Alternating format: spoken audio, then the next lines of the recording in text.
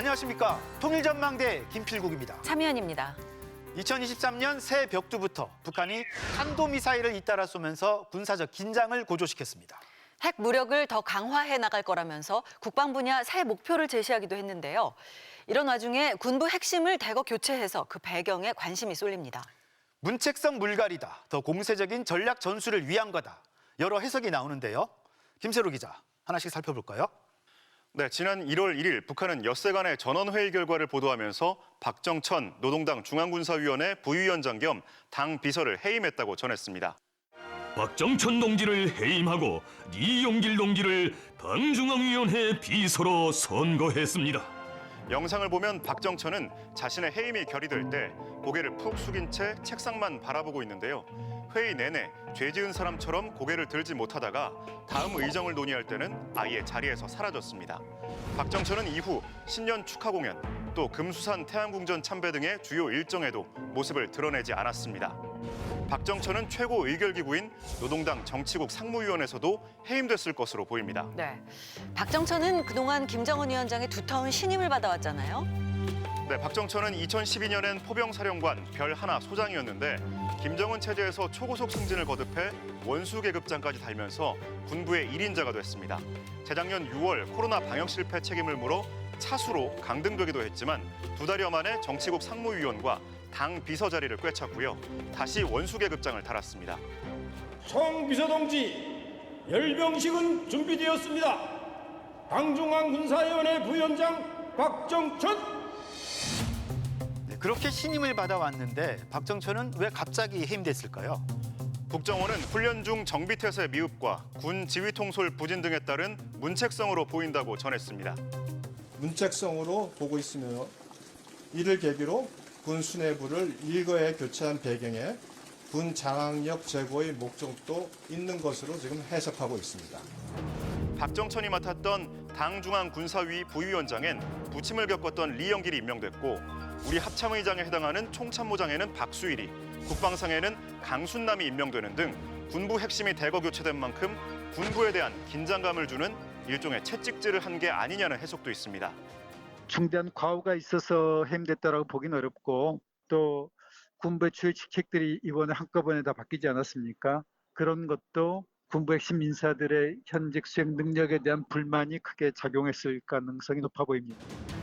일각에선 박정천 대신 등용된 리영길이 군단장 등을 역임한 야전, 작전 통일한 점에서 북한이 새로 도입한 공세적 전략 전술을 운용할 인물 위주로 군부를 재편한 게 아니냐는 분석도 나옵니다. 네, 김정은 집권 후 파격 승진과 문책 인사가 자주 있었잖아요.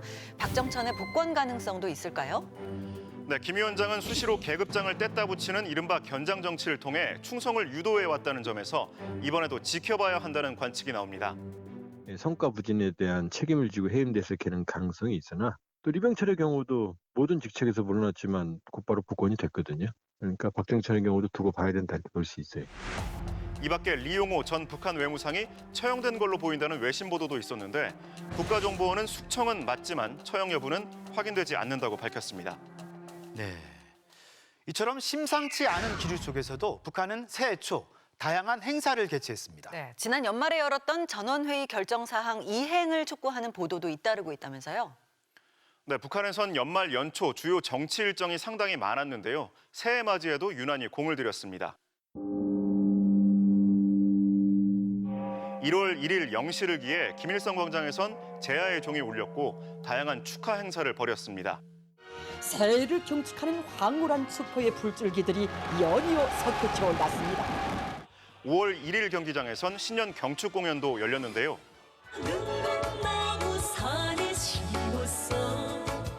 북한의 대세 신인 가수로 꼽히는 김유경과 정홍란의 노래와 어린이들의 피겨스케이팅 공연도 선보였고 각지에서 오케스트라나 연극 등 새해맞이 공연이 잇따랐습니다.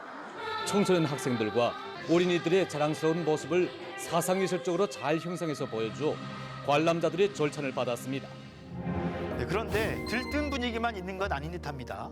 얼마 전 마무리된 전원회의 결과를 학습하자는 움직임도 일고 있다죠?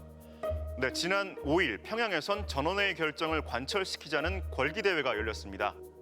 철저히 완수하자! 공장이나 기업소, 노동자와 학생 등 10만 명이 참가했다고 북한 매체는 전했습니다. 주민들은 길거리 전광판에서 또 각 단위에서 노동신문이나 텔레비전을 보며 전원회의 관련 내용을 학습하기도 하는데요. 각 부문에서 맡은 바 성과를 내자 당 결정 관철에 매진하자는 등의 보도가 계속 나오고 있습니다. 얼마 전엔 소년단 대회도 열었잖아요. 후속 보도가 있나요? 소년단 대회 참가를 위해 북한 각지에서 올라온 아이들은 2주 가까이 평양에서 머물렀는데요. 김정은 위원장은 이들에게 손목시계를 선물로 줬다고 합니다. 그런데 상자 표지를 자세히 보면 일본제 시계 제품으로 보이는 영문 글씨가 써 있습니다. 김 위원장은 소년단 대표들과 기념사진을 찍고 각별히 챙기는 모습도 연출했습니다.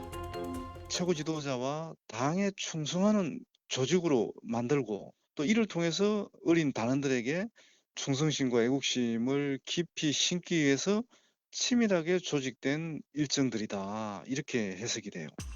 연말 전원회의 4번째 의정으로 혁명학원에 대한 당적 지도를 강화하자는 내용이 결정서로 채택되기도 했는데요. 김 위원장이 최근 만경대 혁명학원을 찾아 사상의 중요성을 거듭 강조했던 만큼 미래 세대의 사상무장을 독려하는 또 다른 정책이 나올 가능성도 있어 보입니다. 네, 김세로 기자 수고했습니다.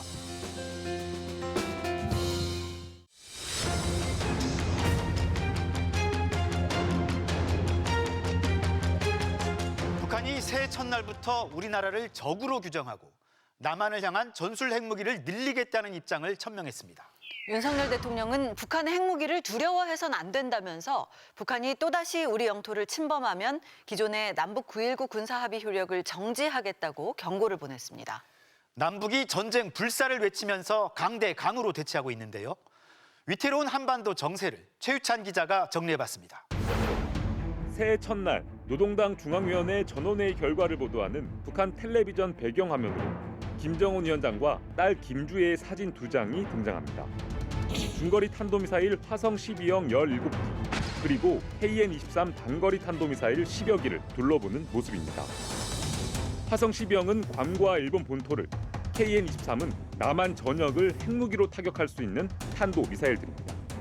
한국, 일본, 괌을 상대로 하는 저위력 전술핵 무기는 이미 실전 배치를 해서 타격 능력이 있다라는 것을 보여주고 있고 2022년 마지막 날에는 군수공장에서 생산한 초대형 방사포를 전달하는 행사가 성대하게 열렸습니다. 초대형 방사포들이 조선노동당 중앙위원회 제8기 제6차 전원회의에 정정됐습니다. 구경 600mm의 초대형 방사포가 6발씩 장착된 6연장 발사대가 30문이나 줄지어 있습니다. 북한은 이 초대형 방사포를 2022년 마지막 날과 새해 첫날 동해상으로 쐈습니다. 세 발은 350km, 한 발은 400km. 남한 대부분이 사거리에 들어오는 데다가 1분이면 서울 상공에 도달합니다. 동시 다발로 쏠 경우 순식간에 넓은 지역을 초토화시킬 수 있는 치명적인 무기입니다. 그동안 이제 뭐 300mm가 이제 최대 크기의 방사포였는데 이거의 2배가 넘고 뭐 전술핵까지 탑재할 수 있는 수준 정도로 크니까 기존에 있는 북한의 어떤 방사포 전략보다는 훨씬 더 위협적이라고. 게다가 다른 미사일과 섞어 쏠 경우 우리 군의 요격 능력을 크게 훼손할 수 있습니다. 김정은 위원장은 30문 180개의 방사포 대열을 앞에 두고 이 포들이 남한 전역을 겨냥한 핵 공격용 무기라고 분명히 밝혔습니다. 군사 기술적으로 볼 때 높은 지형 극복 능력과 기동성, 기습적인 다련발 정밀 공격 능력을 갖추었으며 남조선 전역을 사정권에 두고 전술 핵 탑재까지 가능한 것으로 하여 당 중앙위원회 보고에서도 남한을 명백한 적으로 규정하고 남한을 직접 타격할 수 있는 전술 핵무기를 다량 생산하고 핵탄 보유량을 기하급수적으로 늘릴 것이라고 밝혔습니다. 우리의 핵무력은 전쟁 억제와 평화 안정 수호를 제1의 임무로 간주하지만 억제 실패 시 제2의 사명도 결행하게 될 것이라고 하였으며 제2의 사명은 분명 방어가 아닌 다른 것이라고 밝혔습니다. 북한이 새 벽두부터 남한을 겨냥한 단거리 탄도미사일과 초대형 방사포를 집중적으로 공개한 것은 한반도 안에서 실제로 핵 전쟁을 벌일 능력과 의지를 드러낸 것으로 보입니다. 북한의 도발적 행동에 대한 우리 정부의 입장은 강경합니다. 윤석열 대통령은 북한 무인기 한 대가 내려오면 우리는 2세대를 보내라. 북한에 핵이 있다고 두려워하거나 주저해서는 안 된다며 확실한 응징 보복을 강조했습니다. 무력 시위의 도수도 높여 연말에는 위력적인 고체 연료 우주 발사체를 쏘고 새해 들어 동서해와 남해 세 바다에서 동시에 함정 13척과 항공기들을 동원해 실시한 전대 해상 훈련을 이례적으로 공개했습니다. 적이 도발하면 조건 반사적으로 응징해 현장에서 작전을 승리로 종결하겠습니다. 더 나아가 윤 대통령은 군사분계선 인근의 육해공 군사활동을 제한하는 9.19 군사합의의 효력 정지를 언급하기도 했습니다.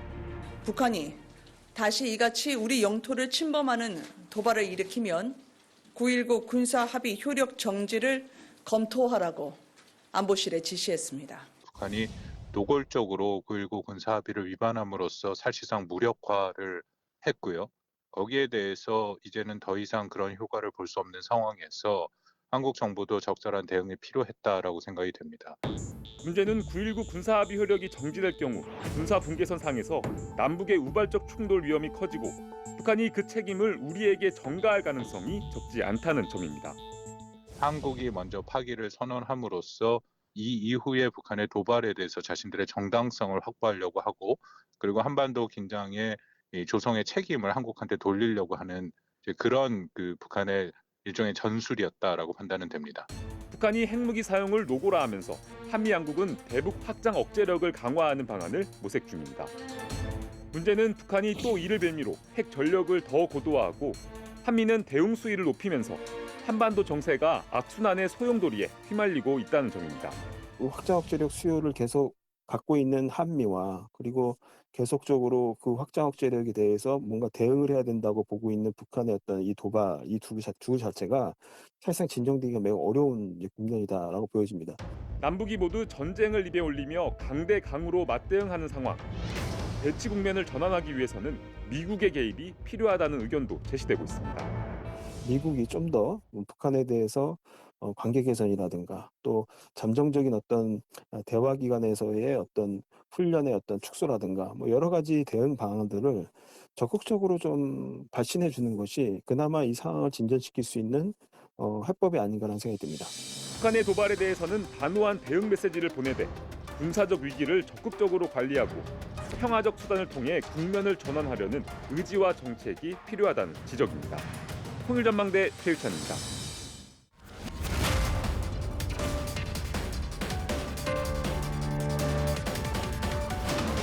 최근 북한의 핵무력 법제화와 잇따른 미사일 발사에 가려서 주목받지 못했던 이슈가 있습니다. 바로 김정은 위원장이 강조한 운하건설입니다. 네, 올해 북한의 중요 계획이 될 수도 있을 것 같은데요. 자세히 알아보겠습니다. 함께 하실 두 분입니다. 어서 오세요. 안녕하세요.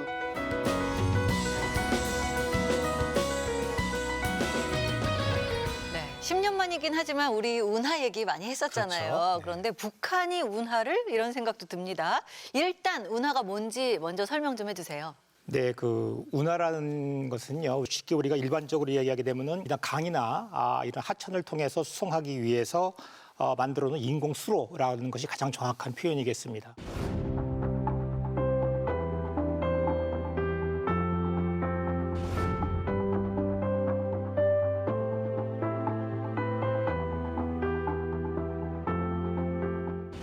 북한 주민들이 운하하고 하면 떠오르면 이제 그 황해북도 사리연에 있는 사리연 운하거든요. 그래서 이제 운합하면서 뭐 이제 경치도 좋고 조금 이제 괜찮게 보이기는 하는데 이게 이제 동해와 서해 연결하는 운하는 아무래도 좀 다르지 않겠나 그렇게 생각이 됩니다. 북한이 왜 운하를 말하는지 또 왜 필요로 하는지 김정은 위원장의 발언을 통해서 살펴볼 수 있습니다. 지난해 9월 열린 북한 최고인민회의 시정연설. 김정은 위원장이 대운하 건설을 언급했습니다. 동서해를 연결하는 대운하 건설을 비롯한 전망적인 경제 사업들에 대한 과학적인 타산과 정확한 추진 계획을 세우며 김 위원장은 10월 초 동해와 서해를 연결하는 운하를 반드시 건설해야 한다고 재차 강조했는데요.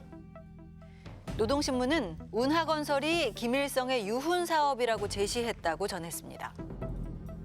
네, 김정은이 언급한 김일성의 꿈, 대운하 건설 계획의 구체적인 내용은 어떤 건가요? 김일성이 1952년도에 전쟁 수송로로서 강이나 하천을 이용하는 수송 방법을 검토하라고 지시를 합니다. 서해에 있는 대동강이랑 동해에 있는 용흥강, 지금 금야강이라고 하는데 그 강을 연결하는 이런 운하를 한번 검토해보라고 지시를 합니다. 동해와 서해를 연결하는 이 운하의 관문 12개를 찍어주면서 서해에서 남포부터 시작해서 미림, 봉화, 성천, 순천 5개 관문을 건설을 해가지고요. 평안도의 대동강 대부분에 연결하는 이런 운하를 건설을 하기 시작합니다. 하지만은 북한 자체가 동고서저라는 지형적인 특성 때문에 이 동서 연결하는 산맥을 뚫지 못하기 때문에 이 계획은 실패에 그쳐서 반쪽만의 어떤 이런 성공을 거둔 이런 사업, 한편은 실패한 사업이라고 볼 수가 있죠. 제가 북한에서 석도전 청년도역 때 한 10년 있었거든요.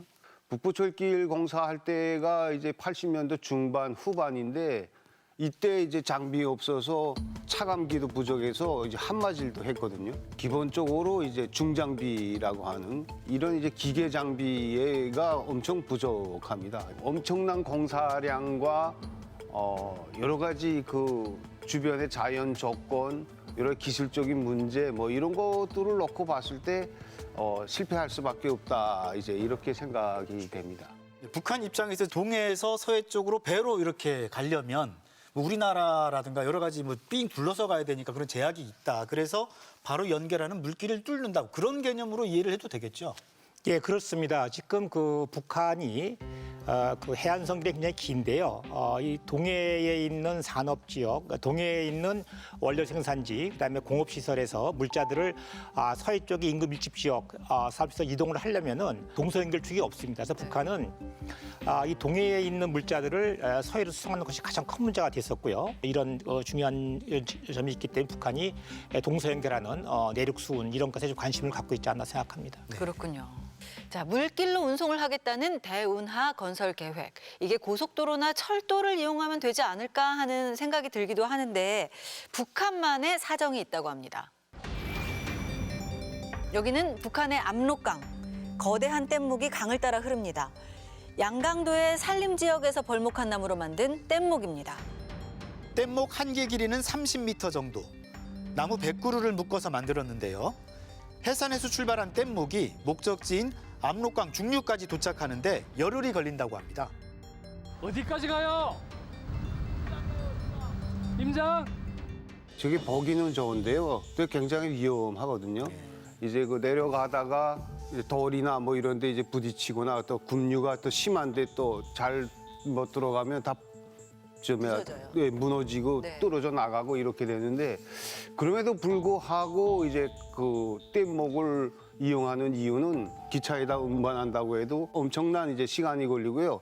한 번에 운송하는 양이 그렇게 많지를 못합니다. 근데 뗏목은 전기도 안 쓰고 그냥 이제 강물 따라서 흘러내리기만 하면 되고 뗏목 강으로 이제 운송하는 게 상당한 정도로 이제 경제성이 있기 때문에 아마도 이제 하천 운수를 하지 않나 그렇게 생각이 됩니다. 북한에서는 동서 연결되는 철도는 이제 평라선, 평양부터 나진 가는 철도가 하나가 있고요. 청년 이천선이라고 해서 평산에서 세포까지 연결된 철도가 2개가 있는데 제가 2018년도에 철도 조사, 도로조사 갔었는데요. 개성부터 사리온 구간의 열차 평균 속도가 시속 15km입니다. 황영조, 이봉주 선수가 42.195km를 2시간 한 7, 8분 뛰니까 황영조 선수가 20km로 뜁니다. 그러니까 북한 철도가 마라톤 선수보다 늦게 뛰는 거죠. 그러니까 정상적인 수송이 될 수가 없는 거죠. 그렇기 때문에 고속도로 같은 경우도 상태가 너무 안 좋습니다. 그래서 이게 수송의 정시성, 시간을 지켜야 되고 신속히 수송의 신속성, 안전성 이런 측면에서는 북한 철도 도로가 기능을 할 수가 없기 때문에 이 내륙수로라든가 이런 운하를 통해서 수송하는 것이 훨씬 철도 도로보다는 훨씬 더 좀 빠르게 할 수가 있고 비용도 적게 든다 측면에서 강조가 됐을 것 같습니다. 자, 북한의 동서를 연결하는 운하 건설, 그 필요성이나 이유는 알 것도 같은데요. 그렇다면 그것이 과연 가능한지도 궁금합니다. 네. 이런 의미에서 북한의 운하 건설 계획 발표 이후에 주목받는 곳이 있습니다. 바로 남포 서해 관문입니다. 여기는 서해에서 대동강으로 진입하는 관문인 남포 서해 관문입니다. 북한을 대표하는 국제항, 물류 중심지로 꼽히고 있습니다. 남포 서해관문은 1981년에 착공해서 1986년에 완공됐는데요. 총 40억 달러와 연인원 2,300만 명에 달하는 군 병력, 시멘트 110만 톤이 투입됐다고 합니다. 남포 서해관문도 이 대운하 건설 계획의 일환이었던 거죠?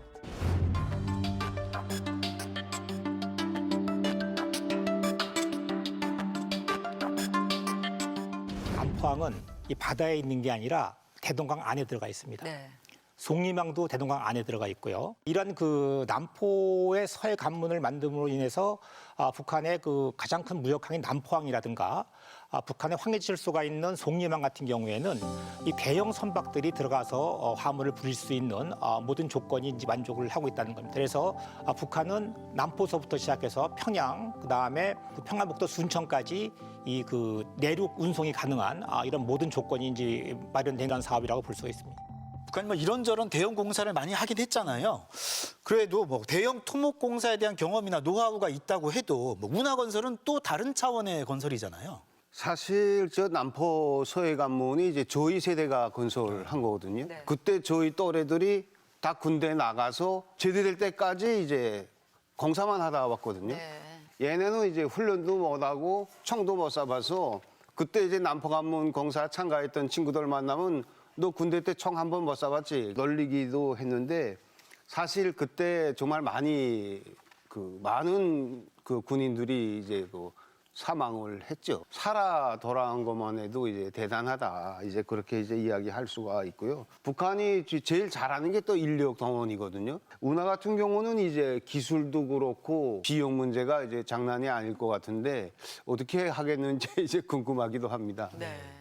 운하에서 가장 큰 문제는요, 이 물길을 타고서 배가 움직이기 때문에 이게 상류로 올라가려면은 이런 물길의 고저, 이 높낮이 차를 극복하는 문제가 가장 큽니다. 그 고도차 극복을 어떤 식으로 하는지 간단하게 좀 설명해 줄 수 있을까요? 네, 이런 그 박스 같은 쪽으로 배가 들어가면은 이제 뒤에 문을 닫고서 여기다 물을 집어넣습니다. 그럼 물 때문에 배가 위로 쭉 뜨게 되겠죠. 그럼 그 다음번에 있는 높이까지 물을 맞춘 다음에 간문을 다시 열고 배가 들어가서 이걸 하는 거죠. 근데 북한처럼 심각한 경제난에서 이 정도의 어려운 공사를 한다는 거는 북한의 경제 수준이나 기술 수준은 거의 뭐 불가능에 가까운 그런 상태가 아닌가 생각합니다. 그런데도 불구하고 김정은 위원장은 과학적 타산과 정확한 추진 계획을 강조했습니다.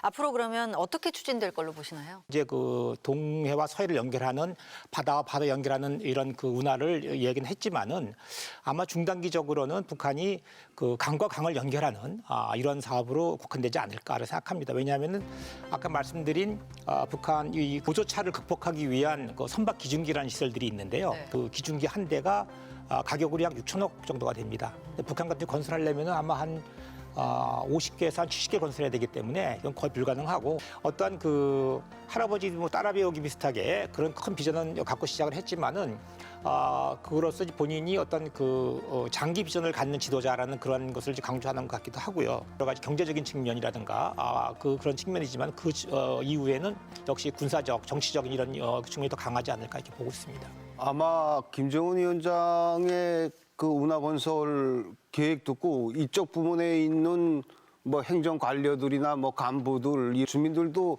걱정 많이 할 겁니다. 그래서 계획하고 현실 사이에는 많은 이제 차이가 있지 않습니까? 그래서 인력 동원은 불가피할 것 같고요. 그 주민들이 좀 너무 힘들지 않게 했으면 좋겠다는 생각이 듭니다. 북한의 운하 건설 계획 살펴봤는데요. 전지구적인 기후 위기 시기에 뭐 환경 문제까지 갈 것도 없이요. 현실적으로 이 운하 건설이 과연 가능하긴 할까 하는 생각이 먼저 듭니다. 네, 북한의 궁금해. 다음 시간엔 북한이 강조하는 또 하나의 대규모 토목공사, 간척 사업에 대해 살펴보겠습니다. 오늘 도움 말씀 고맙습니다. 감사합니다.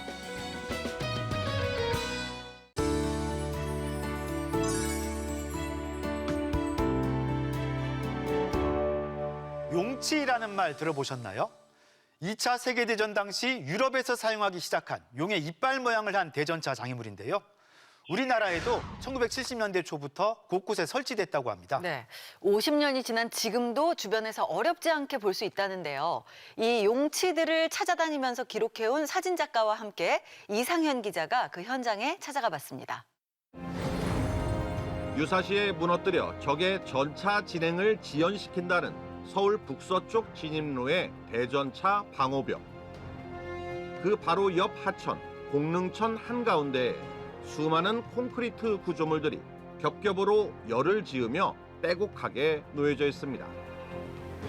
지금으로부터 50년 전 남북 간 냉전이 한창이던 1970년대 초에 만들어진 거라는데요.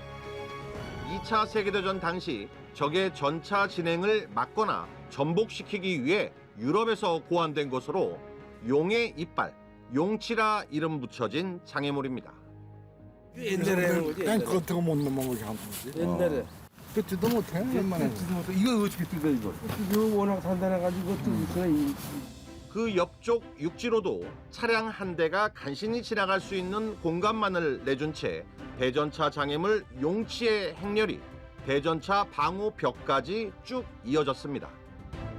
용치 사이사이엔 마치 야적장처럼 인근 농가의 물품들이 어지럽게 놓여져 있었고, 용치와 함께 구축됐다는 군의 방어 진지, 벙커가 그 용치들을 한눈에 내려다보고 있었습니다.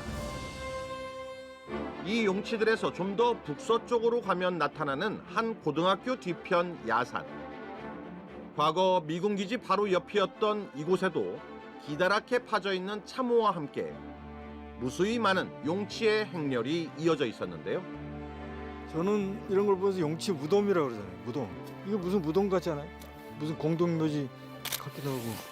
이런 용치들을 찾아 전국을 다니며 촬영했고, 이를 모아 최근 사진집을 출간한 백발의 사진작가를 만나봤습니다.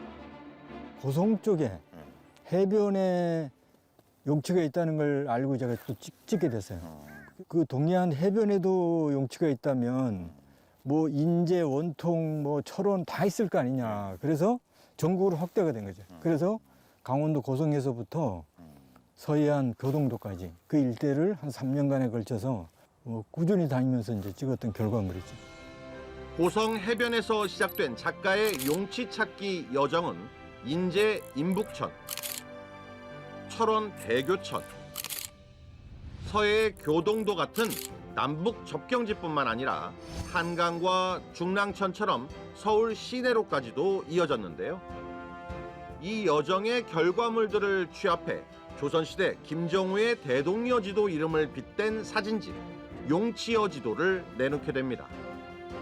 이게 군사시설이라는 것도 이제 조금 깨름칙하고 또 전혀 알려지거나 공개되어 있지 않은 걸 이렇게 사진을 통해서 공개를 한다는 것 자체도 옛날 그 김정호 선생님이 했던 작업하고 너무나 일맥상통한 게 있는 거예요. 용치 사이사이를 농지로 활용하고 있는 주민들. 그리고 삭막한 용치에 어린이날 인근 초등학생들이 그려넣었다는 그림들. 이 동네에 있는 파주 생태학교 교장 선생님이 자기 중학교 때 이 용치가 생겼는데 이게 너무 삭막해서 생태학교 아이들하고 부모님, 어머님들하고 12가족인가 같이 이 용치에다가 그림을 그려서 생명을 좀 불어넣자. 그런 취지에서 그림을 그렸다는 거죠. 작가가 찾아다녔던 그 여정을 따라가 봤습니다. 임진강의 교각 아래에서 하얀 눈을 소복이 맞은 용치들. 그리고 자유로의 대전차 방호벽 옆쪽에 있다는 용치를 찾아 한강도 찾았는데요. 제가 지금 서 있는 이곳은 서울과 고양시의 경계에 있는 한강공원입니다. 이 얼어붙은 한강물 옆쪽으로 보시는 것처럼 남북 분단과 냉전 체제가 낳은 용치, 대전차 장애물이 고스란히 남아 있습니다.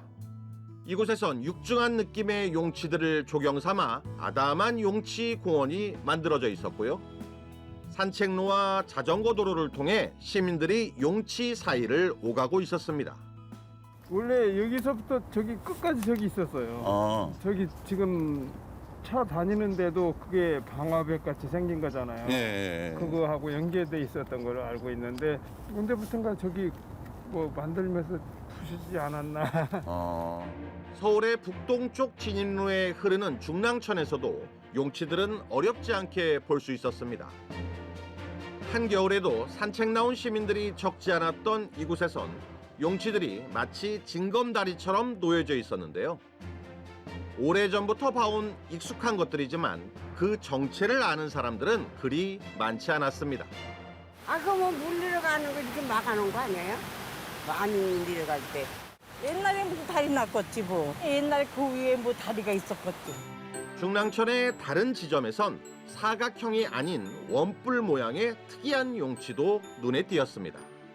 이게 저 다이아몬드식으로 돼 있었는데 이게 수해로 인해가 떠나가지고 이 원형으로 다시 맺는 거예요. 이게. 이렇게 우리 주변 곳곳에서 전쟁에 대비해 50여 년을 버텨온 콘크리트 장애물 용치. 칠순을 바라보는 사진가는 오늘도 그 현장 하나하나를 카메라에 담아봅니다. 용치도 우리가 분단이 완전히 해소가 되고 이제 통일이 됐을 때 이게 이제 그때가 종지부를 찍는 거죠. 그러니까 제 작업은 아마 제가 카메라를 놓는 날까지는 이런 작업들이 이어지지 않을까. 이것들이 앞으로 이제 어떻게 변하고 어떻게 또 그 발전적인 모습으로 바뀔까 하는 걸 이제 기대도 하고 또 기록을 해야 되겠죠. 통일전망대 이상현입니다.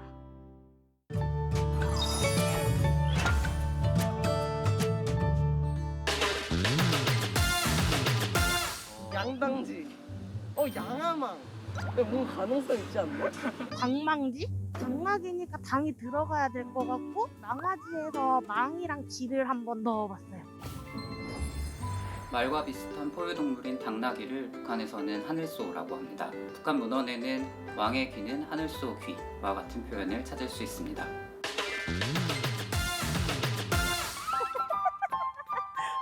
뭐지? 너무 머리가 띵한데? 충격! 와, 어떻게 하늘소라는 정말 신기한 걸요? 와! 어제가 절기상 소한이었죠. 최근 며칠은 그래도 극심하게 춥지는 않았는데요. 남은 겨울 건강관리 잘 하면서 보내시기 바랍니다. 네, 한반도 긴장이 갈수록 고조되고 있는데요. 새해에는 평화로운 분위기가 조성되길 기대해 봅니다. 통일전망대 다음 주도 알찬 내용으로 찾아오겠습니다. 고맙습니다.